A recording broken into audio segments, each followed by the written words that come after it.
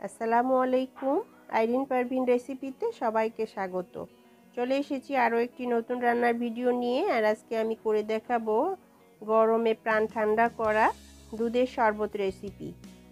বিশ্বের বিভিন্ন দেশগুলোতে মহরমের দিন এই দুধের শরবতটা বানানো হয়, আবার নানা রকমভাবে বানানো হয়। তো আমি খুব সহজভাবে আপনাদের দেখানোর চেষ্টা করব এই দুধের শরবতটা কিভাবে বানায়। আর বন্ধুরা, রেসিপিটা ভালো লাগলে একটা লাইক দিতে ভুলবেন না। আপনার একটা লাইক আমাকে অনেকটা অনুপ্রেরণা যোগায় নতুন নতুন ভিডিও বানাতে।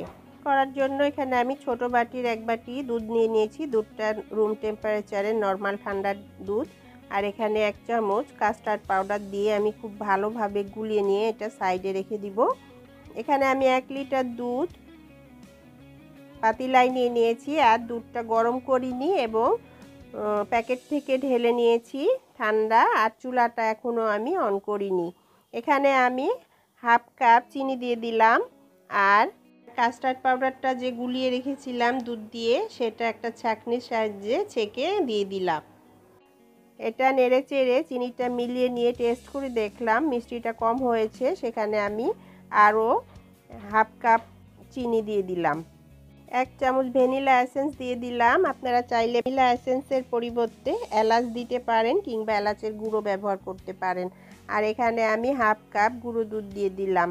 দিয়ে এটাকে খুব ভালোভাবে মিশিয়ে নিলাম। নিয়ে চুলাটা অন করে দিলাম। দিয়ে এটাকে নেড়ে চেড়ে এটাকে রান্না করে নিব।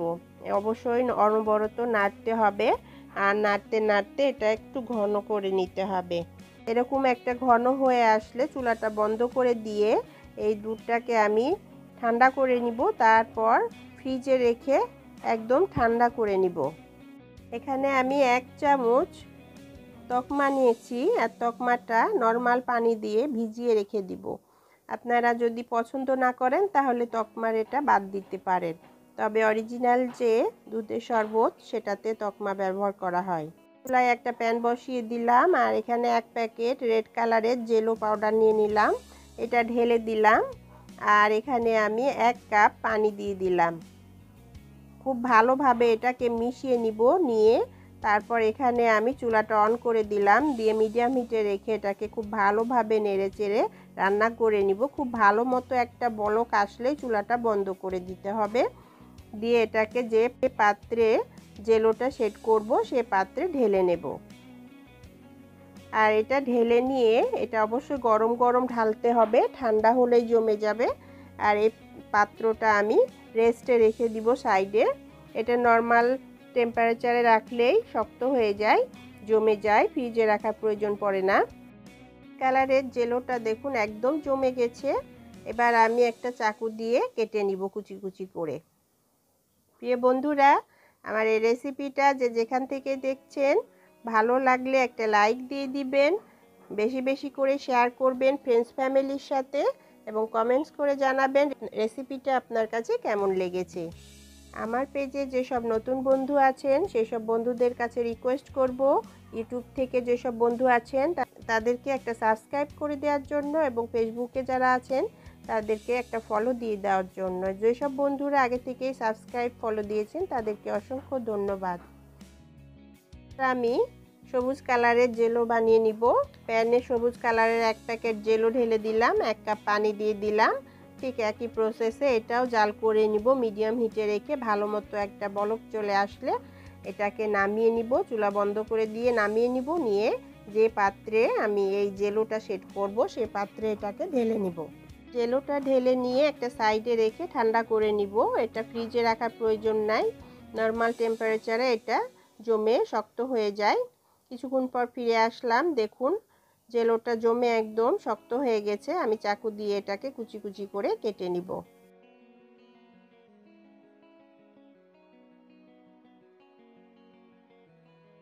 জেলোটা কেটে নিয়ে একটা বাটিতে করে সাইডে রেখে দিব। এবার চুলায় একটা প্যান বসিয়ে দিয়েছি। এটাতে পরিমাণ মতো পানি দিয়েছি। পানিটা একদম ভালো মতো ফুটে আসলে এখানে হাফ কাপ সাবুদানা দিয়ে দিলাম। আর সাবুদানাটা দিয়ে ভালোভাবে নেড়ে চেড়ে মিডিয়াম হিটে রেখে এটাকে একদম ভালোভাবে রান্না করে নিব। একদম ভালো করে সিদ্ধ করে নিতে হবে, নাহলে খেতে ভালো লাগবে না। ভালো মতো এটা সিদ্ধ হয়ে গেছে। এখন এটাকে আমি চুলা বন্ধ করে নামিয়ে নিব। নিয়ে এটাকে একটা স্ট্রেনারে ঢেলে এটার যে পানি আছে সেটাকে ছেঁকে নেব। এখানে আমি একটা স্টেনলেস স্টিলের ছাঁকনি নিয়ে নিয়েছি আর ওই সাবুদানাটা এটার উপর ঢেলে নিলাম আর এটাকে ঠান্ডা পানি দিয়ে কয়েকবার খুব ভালো করে ধুয়ে নিব, তাহলে পরে সাবুদানাটা একদম ঝরঝরে হয়ে যাবে, আঠালো ভাবটা কেটে যাবে। কিছু গুছিয়ে রেডি করা হয়ে গেছে। এবার আমি এই দুধের শরবতটা বানিয়ে নিব। একটা বড় বাটিতে আমি দুধটা ঢেলে নিয়েছি, এরপরে এখানে তকমা দিয়ে দিলাম, তারপরে সিদ্ধ করে রাখা সাবুদানাটা দিয়ে দিলাম, দিয়ে এটাকে খুব ভালোভাবে দুধের সাথে মিশিয়ে নিলাম। এরপর সবুজ কালারের জেলোটা দিয়ে দিলাম, এরপরে লাল কালারের জেলোটা দিয়ে দিলাম, দিয়ে এটা খুব ভালোভাবে শরবতটাকে চামচ দিয়ে মিশিয়ে নেব। বরফের কুচি দিয়ে দিলাম, দিয়ে এটাকে গ্লাসে গ্লাসে করে সার্ভ করে দিব। আর গ্লাসে সার্ভ করলে এভাবে আস্তে আস্তে পর্যায়ক্রমে সব কিছু দিয়ে এটাকে সার্ভ করে দিলাম। প্রিয় বন্ধুরা, রেডি হয়ে গেল মহরম স্পেশাল দুধের শরবতের রেসিপি। প্রিয় বন্ধুরা, আপনারা একদিন এভাবে বানিয়ে খেয়ে দেখুন। গরমের দিনে খুবই একটা শান্তি এনে দিবে এই শরবতের রেসিপিটা, আর এটা খুবই স্বাস্থ্যসম্মত, খুবই উপকারী শরীরের জন্য। আমার এই রেসিপিটা আপনাদের খুবই ভালো লাগবে। ভালো লাগলে কমেন্টস করে জানাবেন, বেশি বেশি করে শেয়ার করবেন এবং সাবস্ক্রাইব ফলো দিয়ে পেজটিকে সাপোর্ট করবেন। সবাই ভালো থাকবেন, সুস্থ থাকবেন। আবার দেখা হবে নতুন কোনো রেসিপির সাথে। আল্লাহ হাফেজ।